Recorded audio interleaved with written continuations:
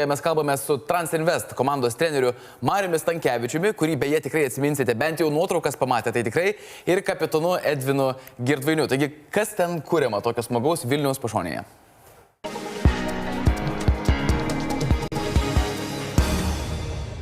Sveiki, vyrai, labas vakaras. Sveiki.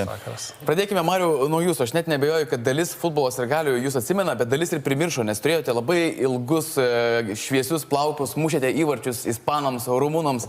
Tie metai senokai, bet ar dar prisimena žmonės, prieinam nusifotografuoti, padėkoti už tos įspūdingus epizodus tos kartos futbolui? Sakyčiau, galbūt tos kartos žino, bet aš sakyčiau, tos kartos žmonės yra santūrus, tad retokai prieina. Bet aišku, būna kuriozinių situacijų, kai žmonės atpažįsta, bet galbūt kartais savo pasilaiko arba pavėluotai ateina ir pasiklausta, ar galbūt tikrai čia tas, kur buvo. Tai įvyksta tokių situacijų, bet aš asmeniškai pats negyvenu jau praeitim, esu čia tas, kas esu ir gyvenu šiuo momentu, tad mėgaujuosi ir džiaugiuosi ypač būdamas čia Lietuvoje, mūsų gimtoje šalyje ir, sakau, džiaugiuosi būdamas lietuviu ir Lietuvoje. Jeigu dar ne visi žino apie Galinės kaimą, tai šį vakarą tikrai žiūrovai sužinos, kas ten per judesys vyksta. Papasakokite plačiau, ar turim kuo didžiuotis. Iš tikrųjų, atvykęs į Galinės kaimą likau maloniai nustebintas, nes turime tikrai nedidelį, bet labai jaukų futbolo stadioną. Turime besiformuojančią rajono bendruomenę, kurią tikrai mes jaučiam jų palaikymą visų varžybų metu. Tai gal norėčiau ir pasinaudoti tą progą, kad visus pakviesti į mūsų rungtynes ir patiems viską pamatyti. Aš kaip tik savaitgalį susitikome stadione, nes žaidė Transinvest prieš Panevėžį, aš irgi buvau stadione, tai patvirtinu, kad labai mažas, bet labai jaukus ir tenai ir šašlyką kažkas kepa, ar burgerius ten vaikus vaišina, visokių žaidimų. Kaip dar yra, kokių būdų prikviesti žmonės į stadioną? Kalbame apie Vilniaus rajoną, nes Vilniuje mes kaip ir turi žmonės ką veikti, bet rajone, kaip juos kuo sugundyti? Aš manau, kad gal tiesiog daugiau apie tai kalbėti, daugiau kam apsilankyti ir rekomenduoti. Tai galvoju, kad tai yra būdas, kaip mes galim tų žmonių pakviesti.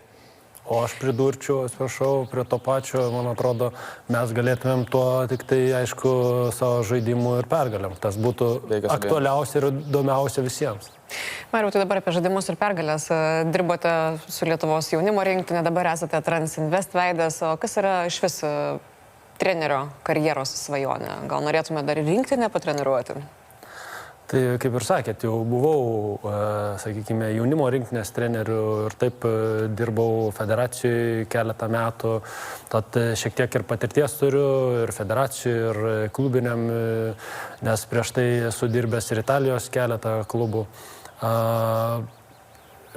Trenerio karjera, sakyčiau, yra žymiai kitokia nei futbolisto, tad esu girdėjęs apie vieną kapitoną, kuris šalimai sėdi, kad nelabai norėtų ir nelabai pavydi darbo trenerio, aišku, nes skirtumas yra labai paprastas, kad trenerio darbas priklauso dažniausiai nuo rezultatų. Ar tai gerai tu padarai, ar blogai, rezultatas daro skirtumą, o žaidėjas padaro skirtumą, ką tu atlieki aikštėje. Tai čia būtų... Tai kam didesnė atsakomybė tenka vis tik tai žaidimą pačiame finale trenerių ir žaidėjams? Pirmiausia, skalbė trenerių. Jo, visų pirma, treneris yra atsakingas, būtent, kaip aš sakiau, rezultatą. O Italijai futbolas labai skiriasi nuo futbolo Lietuvoje, pavyzdžiui, kokie yra italai žaidėjai ir kokie yra italai aistruoliai. Nes esu girdėjus apie rimtus susirėmimus, pavyzdžiui, tarp aistruolių komandų, tarp tos pačios berods Pistojos futbolo komandos ir kito miesto. Visų pirma, yra kultūra šiek tiek galbūt kitokia. Tai aš lyginčiau, kaip ir kalbėjom apie krepšinį Lietuvoje, kur mūsų kultūra galbūt krepšinio galėtų būti, kuri rodo iki šiandien galbūt tiek Kauno Žalgirio krepšinio komanda, tiek Lietuvos rinktinė, būtent tą kultūros nešėja. Italijoje yra futbolo būtent nešėja. Bet šiuo metu išgyvena ir ta pati Italija, būtent nelengvą periodą, neišėdami vėl eilinį kartą, sakykime, jau trečią kartą į pasaulio čempionatą. Tad tikrai yra daug susimastymų, kodėl tai vyksta. Ir sakyčiau, tai galėtų būti irgi vienas iš priežasčių, panašumų, kas vyksta, kodėl nebeišauga galbūt kažkiek tai daug talentų, nes nepamirškime, mūsų Lietuva yra, jinai maža, jinai yra iki 3 milijonų, sakykime. Bet sakėte prieš pokalbį, kad mes turime daug jaunų talentų ir tikrai turim perspektyvos futbole. Turime, nes populiarumas labai auga Lietuvoje, jis yra didesnis, man atrodo, jaunimo už krepšinį lenkia tame, bet, sakyčiau, pats sportas būtent jau elit lygyje, po kol kas dar mes nusileidžiam. Edvinai, visiškai pokalbio pabaigai. Kodėl verta žmonėms įsijungti Top lygą? Aš suprantu, kad čia su visa milžiniška pagarba jūsų darbams, bet dalis mūsų žiūrinčių Transinvest apskritai nėra girdėję.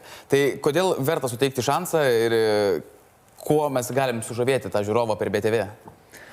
Aš manau, kad pati lyga tikrai juda į priekį, ką rodo ir televizijos skaičiai, berods kiek žinau, kad tikrai daug žmonių mus stebi.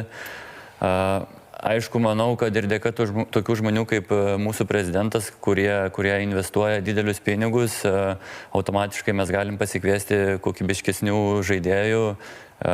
Tie patys geresni lietuviai gali grįžti namo ir to pasiekoje kyla bendras futbolo lygis. Tai aš manau, kad tikrai mes pradedam rodyti tikrai kokybišką futbolą ir žmonėms tai patinka. Ačiū labai už pokalbį ir sėkmės. Susitiksime per BTV eteryje, Transinvest rungtynės tikrai rodysime vieną iš savaitgalių, šeštadienį, sekmadienį, 2 val. dienos.